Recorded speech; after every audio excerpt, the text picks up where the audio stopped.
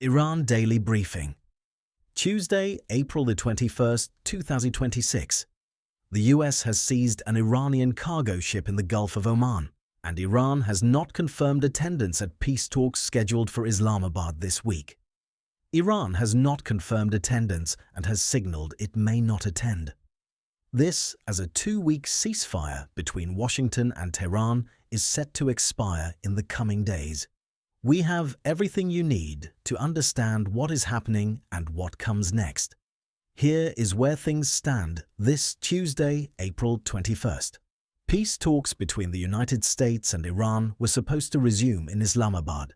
Pakistan has been preparing for those talks. US Vice President J.D. Vance is reportedly en route to Pakistan.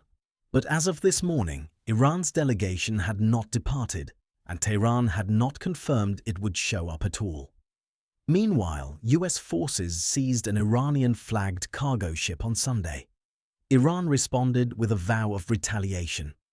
President Trump said the naval blockade on the Strait of Hormuz stays in place until a deal is reached, and suggested he could resume strikes on Iran if the ceasefire lapses.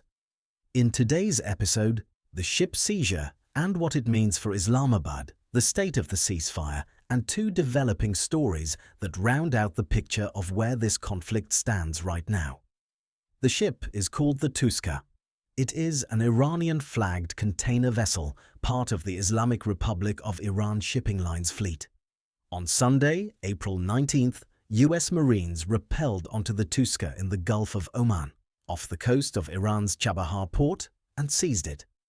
US Central Command released footage of the operation. According to the US military, the Tuska was attempting to sail toward an Iranian port in violation of the US-imposed naval blockade. That is the US account. Tehran's account is a vow to retaliate. The timing could not be more fraught. Peace talks between the 2 sides were already scheduled for this week in Islamabad. Pakistan had been moving forward with preparations. Vice President Vance was heading there, and then the Tuska seizure landed directly into that diplomatic window. Iran responded with a vow of retaliation. Tehran also signaled reluctance to participate in the Islamabad talks at all. Iran's official news agency IRNA had already reported, as of April 19th, that Iran rejected taking part in a second round of peace talks with the United States. Iran had not confirmed attendance, and as of this morning, Iranian state TV reported the Iranian delegation had not yet departed for Islamabad. On the US side, President Trump said the naval blockade of the Strait of Hormuz will not be lifted until a deal is made. He also suggested he could resume attacks on Iran if the current ceasefire expires without an agreement. 2 outside voices add context here. Rosemary Kalanick, director of the Middle East program at Defense Priorities, told France 24 that the war has placed the United States in a weaker position relative to Iran than before the conflict began, and that Iran has closed the Strait of Hormuz and demonstrated it can do so. Jim Townsend, an adjunct senior fellow at the Center for a New American Security and a former Deputy Assistant Secretary of Defense, stated that US military escalation will not bring Iran to the negotiating table. Those are the views of 2 analysts. Neither speaks for either government. There is also a Lebanese dimension. Eva Kovich-Chahine, head of L'Orient Today, said in a France 24 appearance that Lebanon has become a card played by Tehran in the Iran-US peace process. That framing suggests the Islamabad talks, if they happen, are likely to involve a wider regional negotiation than the bilateral framing suggests. What to watch? Watch for any formal, the IRGC statement or Iranian government press conference issuing a specific retaliation action in response to the Tuska seizure. Story 1. The ceasefire deadline. The 2-week ceasefire between the United States and Iran is running out of time. 2 sources, Al Jazeera and CNBC, reported was set to expire Tuesday, April 22nd. A separate report from Middle East Eye, also corroborated by ABC News, describes the expiration as falling on a Wednesday, without specifying the date. That would put it at possibly Wednesday, April the 23rd. The two accounts conflict, and no single source has resolved the discrepancy. What is not in dispute: the ceasefire is expiring within the next day or two. President Trump said that if the ceasefire lapses without a deal, he could resume attacks on Iran. That is his stated position. No other official statement from Washington has elaborated on what a lapse would mean in practice. Pakistan has continued preparations to host the next round of talks regardless. That preparation is a diplomatic signal of its own. Islamabad is keeping the door open even as Tehran has not confirmed it will walk through it. What to watch? Whether Iran's delegation departs for Islamabad before the ceasefire window closes.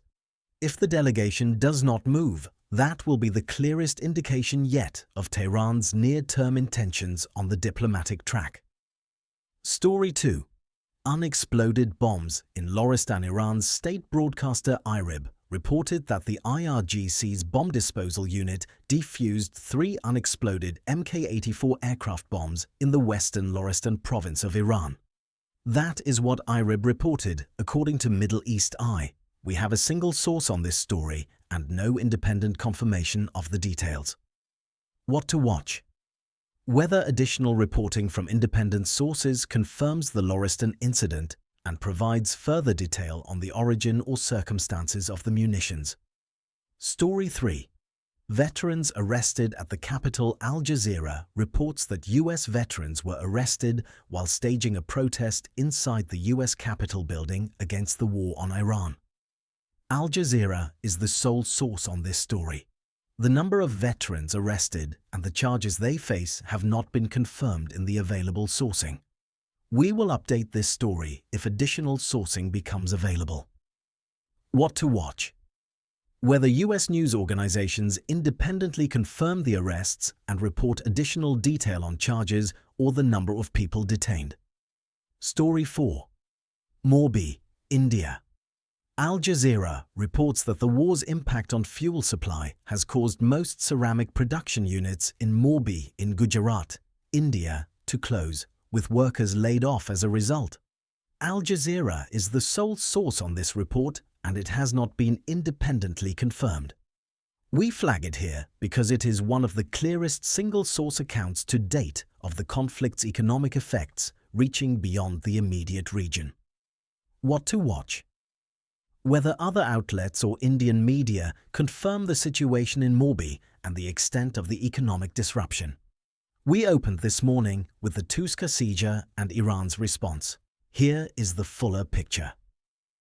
The Tuska is part of the Islamic Republic of Iran shipping lines fleet, a state-connected entity. U.S. forces boarded the vessel on Sunday, April 19th in the Gulf of Oman, off Chabahar port. U.S. Central Command released footage of Marines rappelling onto the ship. The U.S. military's stated justification was that the Tuska was attempting to reach an Iranian port in violation of the naval blockade. Iran vowed to retaliate. Tehran also expressed reluctance to proceed with the Islamabad talks following the seizure. Iran's official news agency IRNA had reported on April 19th that Iran rejected participating in a second round of peace talks. As of this morning, the Iranian delegation had not departed for Pakistan, and Iran had not confirmed attendance. That is what the sourcing shows. The next moves from both Tehran and Washington have not yet been made. Here is what to watch in the next 24 to 48 hours. The ceasefire expiration. The window closes. Tuesday or possibly Wednesday, April the 23rd, depending on which account proves accurate. The expiration is the single most time-sensitive variable right now. Iran's departure decision. Watch for any announcement from Tehran, through state media, through Sirina, or through an Iranian government spokesperson, on whether the delegation will travel to Islamabad. No departure announcement has been made as of this morning. The Vance meetings in Islamabad. Vice President Vance is reportedly in Pakistan. Whether those meetings produce any joint statement or revised format for talks is worth watching. and the IRGC, or Iranian government statement on the Tuska. Iran vowed retaliation. Watch for a formal statement that specifies what form that retaliation will take, or a statement that de-escalates. Trump on the ceasefire. The president said he could resume strikes if the ceasefire lapses. Watch for any follow-up statement from Washington as the deadline approaches. Loristan follow-up. Watch for independent confirmation of the IRIB report on diffused munitions in Loristan province. Today's briefing covered the US seizure of the Iranian cargo ship Tuska in the Gulf of Oman, Tehran's vow of retaliation, the uncertain status of the Islamabad peace talks, the approaching ceasefire deadline, the IRGC bomb disposal operation in Loristan, veteran protests at the US Capitol, and the economic impact of the conflict on ceramic workers in Morbi, India. We'll be back tomorrow morning with whatever the next 24 hours bring. If you found today's briefing valuable, subscribe wherever you listen to podcasts. New episodes every morning.